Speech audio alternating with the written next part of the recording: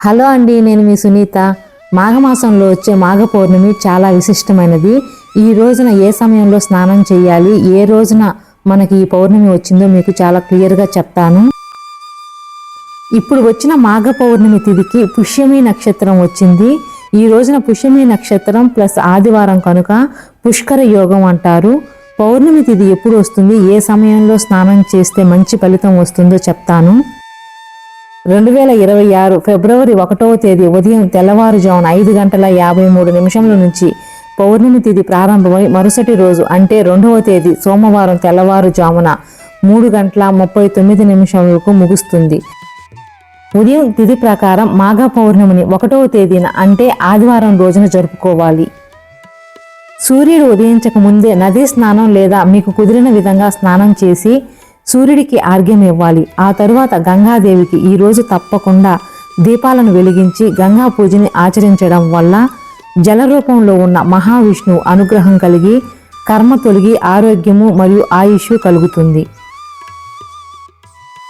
ఇప్పుడు గంగాదీపం ఎలా వెలిగించాలి, లక్ష్మీదేవికి క్షీరదీపం ఏ సమయంలో వెలిగించి నైవేద్యం పెట్టిన తరువాత చదువుకోవాల్సిన స్తోత్రాలు ఏమిటి, మాఘ పౌర్ణమి విశిష్టత, అలా అన్ని విషయాలు మీకు చెప్తాను. మొదటిగా ఒక చిన్న పద్మం ముగ్గును వేసుకుని దాని మీద ఒక పీటను పెట్టుకోవాలి.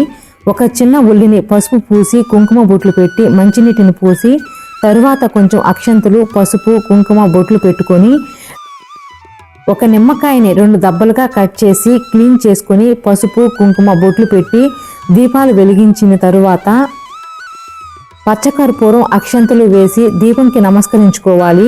నేను చూపించినట్లు మెల్లగా ఆ నిమ్మదీపాలను గంగాదేవి మంత్రం చదువుకుంటూ నీటిలో వదలాలి. అలా వదిలిన తర్వాత పుష్పాలను సమర్పించి నీటిలో కొంచెం అక్షంతలు వేసి ధూపం చూపించి దండం పెట్టుకోవాలి. ఆ తర్వాత గంగాదేవికి తాంబూలం, ప్రసాదం సమర్పించి గంగాదేవికి హారతి ఇవ్వాలి. ఇంత విశిష్టత కలిగిన మాఘ పౌర్ణమి రోజున అన్నింటికన్నా ముఖ్యమైనది నదీ స్నానం. వీలైతే సంగమ స్నానం, దేవతలతో పాటు కలిసి స్నానం చేసిన పుణ్య ఫలితం కలుగుతుంది. ఈరోజు పౌర్ణమి కనుక ముఖ్యంగా లక్ష్మీదేవికి క్షీరదీపం, కామాక్షి దీపం వెలిగించి 9 తమలపాకులతో దీపం వెలిగించి ఎలా హారతి ఇవ్వాలో చెప్తాను. ఈరోజు ఇంకో విశిష్టత ఉంది. ఈ రోజునే ఆ పార్వతీదేవి జన్మించిన రోజు మరియు లలితాదేవి జయంతి అని కూడా అంటారు. అందువలనే ఈ మాఘ పౌర్ణమికి అంత విశిష్టత వచ్చింది. ఈ రోజున నియమాలను పాటించి భక్తి శ్రద్ధలతో ఈ పౌర్ణమి పూజని ఆచరించాలి. ముందుగా పూజా రూమ్ని పసుపు నీటితో శుభ్రపరుచుకుని స్వామి అమ్మవారికి పుష్పాలను సమర్పించి ఒక పద్మం ముగ్గును వేసుకోవాలి. ఆ తరువాత ఒక పీఠంను ఏర్పాటు చేసుకోవాలి. తమలపాకుల హారతి కోసం ముందుగా తమలపాకులకి పసుపు, కుంకుమ బొట్లు పెట్టుకోవాలి. తమలపాకులలో ఆ 3 తల్లులు కొలువై ఉంటారు కనుక ఈ హారతికి కానీ తమలపాకులతో గజలక్ష్మి దీపం వెలిగించడం వల్ల శీఘ్రంగా ఆర్థిక సమస్యలు తీరి ఆర్థికంగా అభివృద్ధి చెందుతారు. ఏర్పాటు చేసుకున్న పీఠం పైన ఒక ప్లేటు లేదా మంచిగా ఉన్న క్లాత్ను వేసుకోవాలి. నేను ఒక ప్లేటును పెట్టి తమలపాకులను పెట్టుకొని దానిపైన ఒక చిన్న స్టాండ్ని పెట్టి అందులో నా దగ్గర ఉన్న ముత్యాలను వేసి అలంకరించుకున్నాను. ఆ శ్రీ మహాలక్ష్మీదేవికి పసుపు, కుంకుమ బొట్లు పెట్టి అమ్మని ముత్యాల మీద ఏర్పాటు చేశాను. పౌర్ణమి రోజున ముత్యాల అలంకరణ అంటే ఆ శ్రీ మహాలక్ష్మికి చాలా ఇష్టం. ముత్యాల హారతి ఇవ్వడం వల్ల లక్ష్మీదేవి ప్రీతి చెందుతుంది. క్షీరదీపం కోసం ఒక చిన్న బౌల్కి పసుపు, కుంకుమ బొట్లను పెట్టుకొని గజలక్ష్మి దీపంకి కూడా కుంకుమ బొట్లు పెట్టి అలంకరించాను.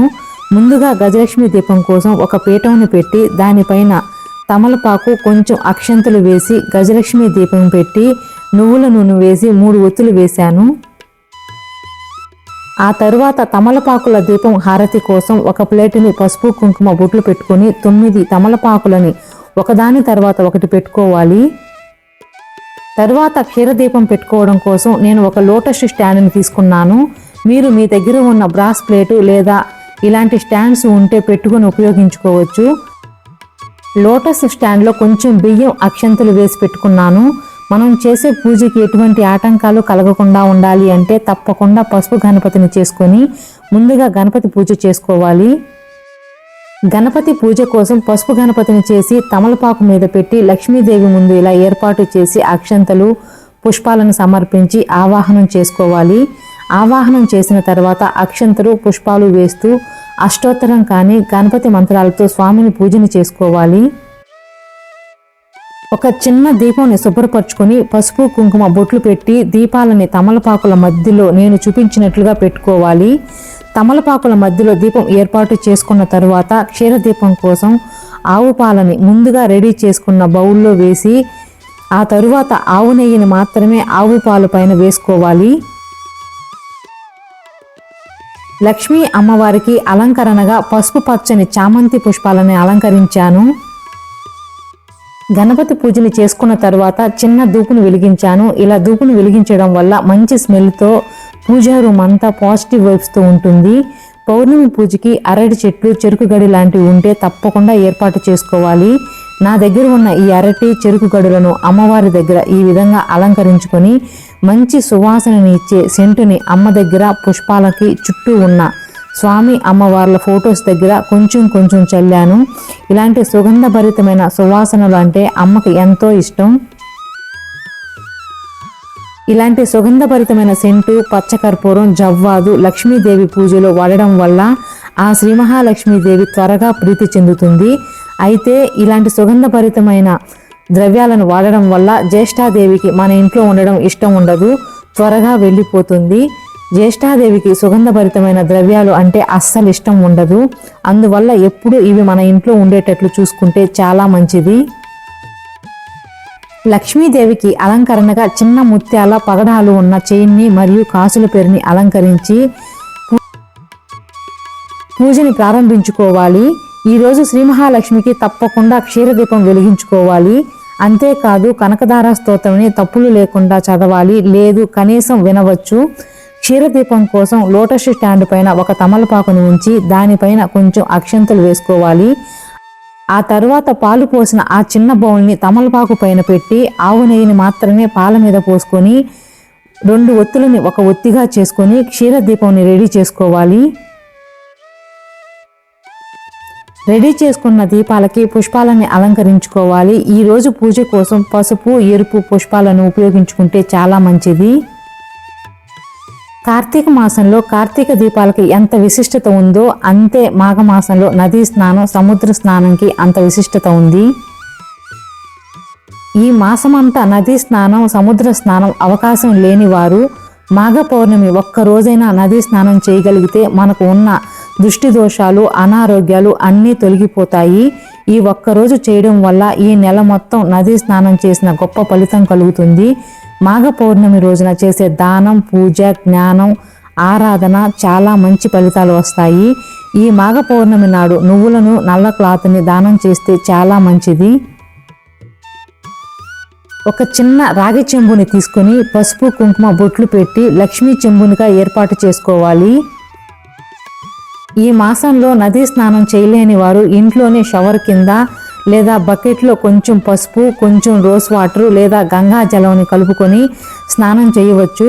స్నానం చేసేటప్పుడు మీకు వచ్చిన గంగాదేవి మంత్రం లేదా అన్ని నదుల పేర్లు చెప్పుకొని స్నానం ఆచరించడం వల్ల మాఘ స్నానం చేసిన ఫలితం వస్తుంది. ముందుగా ఏకవత్తిని వెలిగించుకొని ఆ తర్వాత గజలక్ష్మి దీపం, క్షీరదీపం, తమలపాకు దీపం ఒకదాని తర్వాత ఒకటి వెలిగించుకోవాలి. వెలిగించుకున్న దీపాలు అన్నిటికీ అక్షంతలు, పుష్పాలను సమర్పించి దీపజ్యోతి పరబ్రహ్మ స్వరూపిణ్యే నమః అనుకుంటూ లక్ష్మీదేవిని ఆరాధించాలి. ఇలా మనం వెలిగించిన దీపాలకి ధూపం చూపించి నమస్కారం చేసుకొని దీపలక్ష్మి పూజని పూర్తి చేసుకోవాలి. ఈరోజు పౌర్ణమి కనుక అమ్మకి నైవేద్యంగా పాలని సమర్పించి అందులో ఇలాచీ పౌడర్ లేదా ఒక ఇలాచీ వేసి అమ్మకి నైవేద్యం సమర్పించాలి. గణపతికి, లక్ష్మీ అమ్మవారికి అక్షంతలు, పుష్పాలను సమర్పించి పంచోపచారాలతో పూజను చేసుకోవడం వల్ల అమ్మ అనుగ్రహం కలుగుతుంది.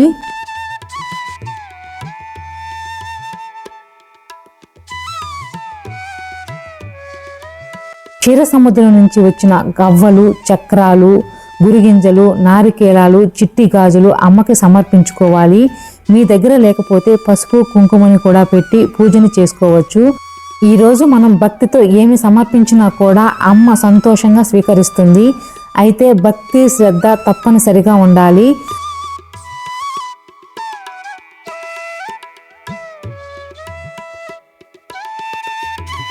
అన్నీ ఇలా సమర్పించిన తర్వాత తమలపాకులతో హారతి ఇస్తున్నాను.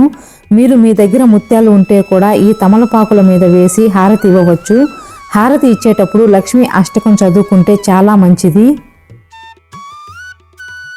ఈరోజు లలితాదేవి జయంతి కనుక లలితా సహస్రనామాలు పారాయణం చేస్తే చాలా మంచిది. పౌర్ణమి రోజున చంద్రుడిలో ప్రత్యక్షంగా లలితాదేవి కనిపిస్తుంది అంటారు. కనుక పున్నమి చంద్రుని చూస్తూ లలితా సహస్రనామాలు 9 సార్లు పారాయణం చేస్తే చాలా మంచిది. ఈరోజు కనకదార స్తోత్రం, లలితా సహస్రనామాలు ఎవరైతే పారాయణం చేస్తారో వాళ్ళకి అష్టదరిద్రాలు పోయి సకల సుఖాలు కలుగుతాయి.